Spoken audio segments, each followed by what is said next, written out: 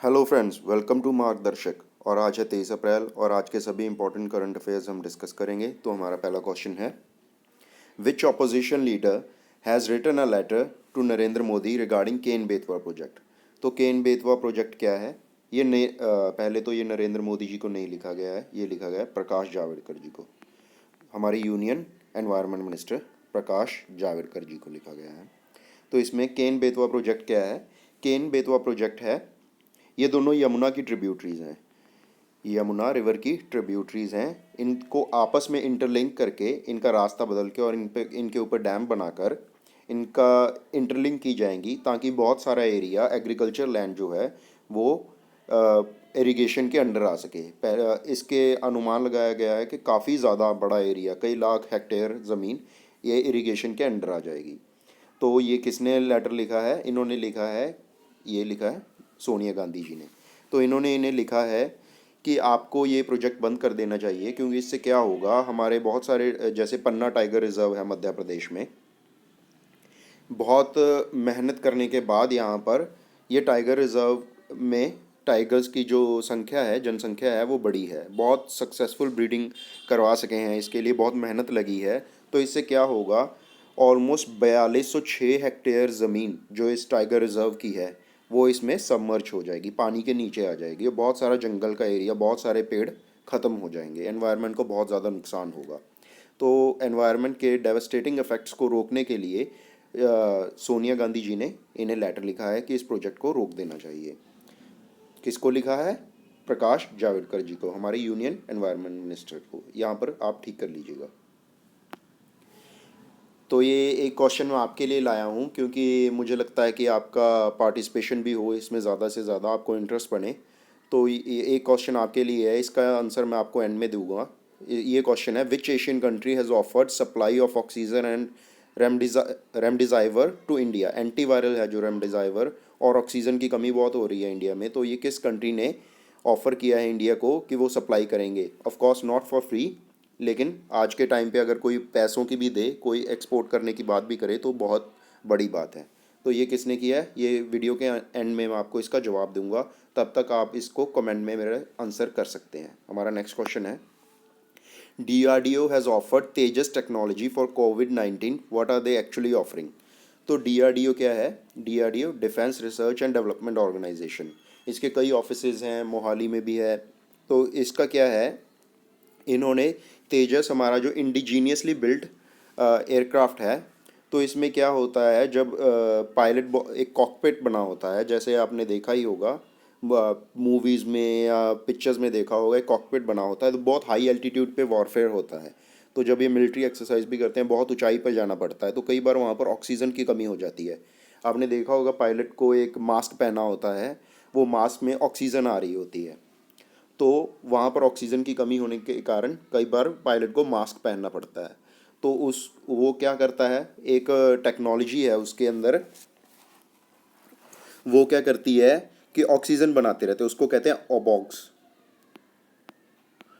On board oxygen generation system. इसका full form है on board oxygen generation system. ये साथ के साथ ऑक्सीजन बनाता रहता है, और यही टेक्नोलॉजी इन्होंने ऑफ़र की है DRDO और हमारी DRDO ने। तो इन्होंने कहा है कि इंडियन एयरफोर्स के साथ मिलके इन्होंने ये ऑफ़र की है। इसके अंदर क्या है कि ये साथ के साथ ये प्लांट्स बना देंगे कि ज़्यादा से ज़्यादा ऑक्सीजन की कमी हॉस्पिटल्स में, ये कमी को दूर कर सके और ज़्यादा से ज़्यादा ऑक्सीजन को जनरेट कर सकें। तो इसका आंसर है सी, ऑक्सीजन टेक्नोलॉजी। ये एक ऑक्सीजन टेक्नोलॉजी है। हमारा अगला क्वेश्चन है, Chinese ambassador is attacked in Pakistan which region. तो पाकिस्तान का एक बहुत बड़ा एरिया है, उनमें एक एरिया है बलूचिस्तान। इसका आंसर है सी, बी, बलूचिस्तान। बलूचिस्तान के एरिया है यहाँ पर, जैसे हमारे झारखंड में मिनरल रिच रिसोर्सेज बहुत ज़्यादा हैं, लेकिन बहुत ज़्यादा इसी तरह से बलूचिस्तान में भी बहुत ज़्यादा मिनरल्स पाए जाते हैं। पाकिस्तान का सबसे मिनरल रिच एरिया बलूचिस्तान ही है, लेकिन ये सबसे गरीब एरिया भी है। यहाँ पर क्या होता है, यहाँ से आयरन ओर्स को निकाल कर बाकी सारे देश में इन्वेस्ट किया जाता है, बाकी सारे देश में उसकी एक्सपोर्ट करके। यहाँ पर बहुत ज़्यादा कम डेवलपमेंट हुई है, तो यहाँ पर क्या है, एंटी चाइनीज़, यहाँ पर चाइनीज़ कॉरिडोर के चाइना पाकिस्तान इकोनॉमिक कॉरिडोर के तहत एक प्रोजेक्ट शुरू किया जा रहा था। तो यहाँ के लोग गवर्नमेंट के ख़िलाफ़ है और कई बार तो ऐसी मांगे भी उठी हैं कि हमारी अलग स्टेट बना दी जाए।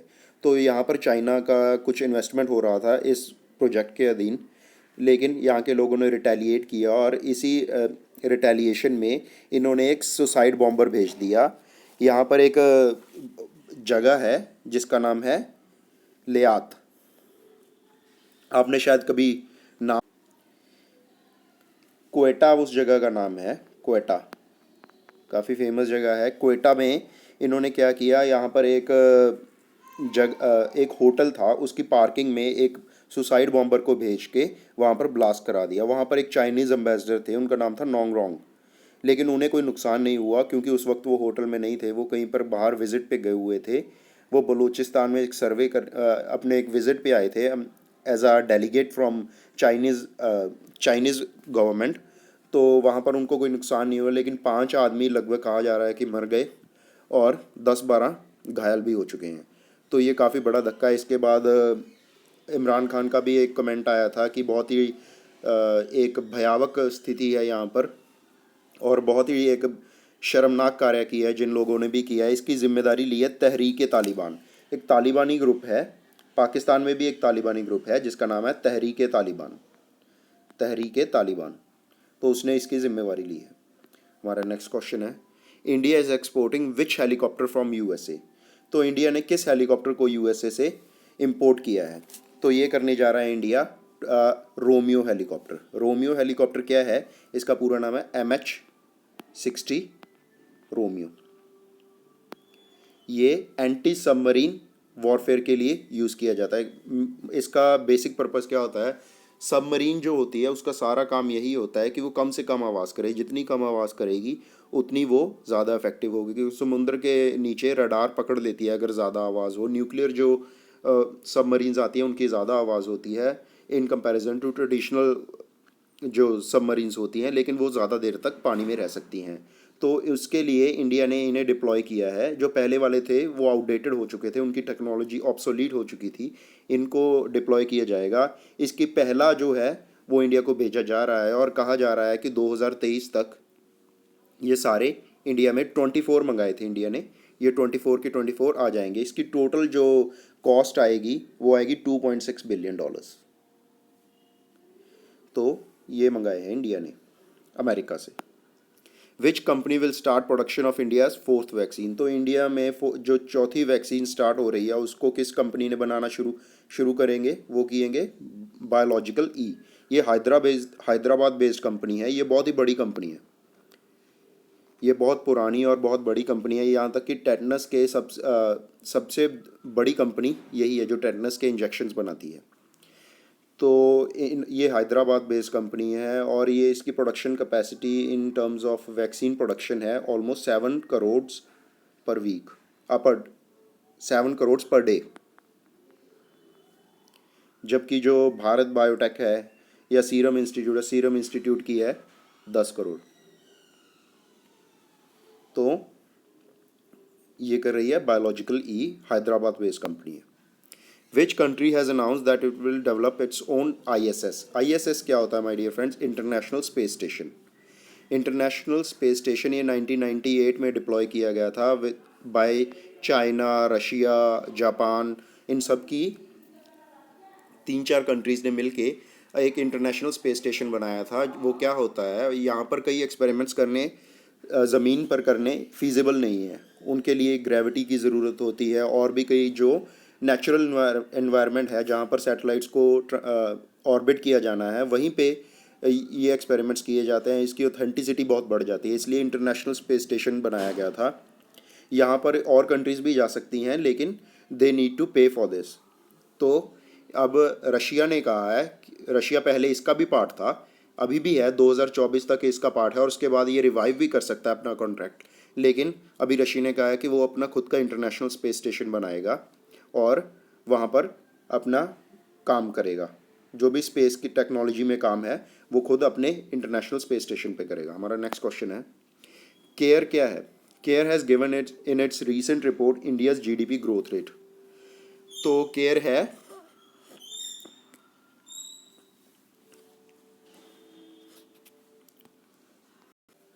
माफ़ कीजिएगा, मेरा थोड़ा गला ख़राब है, वैसे मुझे कोरोना नहीं है, आई बीन टेस्टेड नेगेटिव।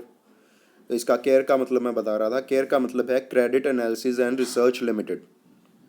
ये एक रेटिंग एजेंसी है, ये रेट करती है डिफरेंट फाइनेंशियल इंस्ट्रूमेंट्स और ऑर्गेनाइजेशंस को उनके बैलेंस शीट्स देखकर, उनके काम को देखकर, उनके फाइनेंशियल एस्पेक्ट्स को देखकर।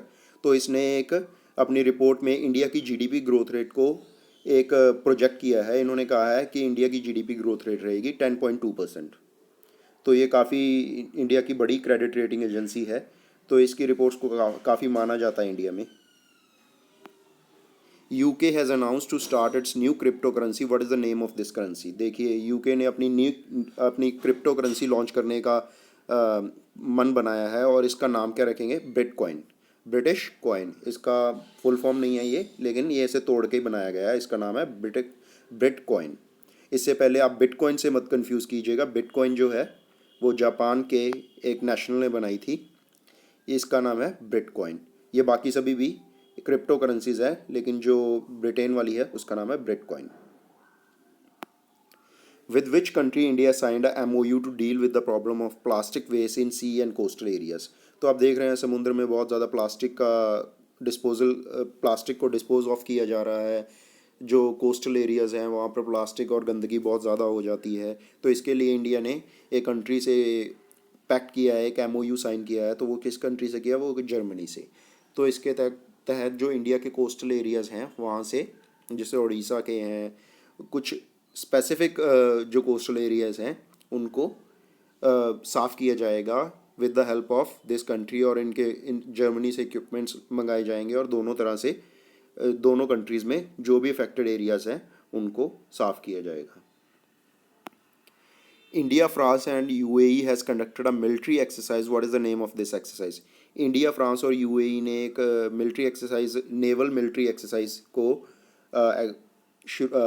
किया है। वो उसका नाम क्या है? उसका नाम है वरुण। वरुण देखिए 1993 से इंडिया और फ्रांस के बीच शुरू हो गई थी, लेकिन इसके बाद इस बार नया क्या है? इस बार UAE को किया गया है इसमें इंक्लूड। इससे पहले सिर्फ इंडिया और फ्रांस को किया जाता था, अब UAE को किया गया है। तो ये कहाँ पर किया गया है? पर्सियन गल्फ में। पर्सियन गल्फ कहाँ है? ईरान और UAE के बीच का जो समुद्री एरिया है उसे पर्सियन गल्फ कहा जाता है, पर्सियन गल्फ कहा जाता है। तो ये किया गया वरुण। ये एक नेवल मिलिट्री एक्सरसाइज है। इसमें क्या होता है? सबमरीन वॉरफेयर की एक्सरसाइज की जाती है।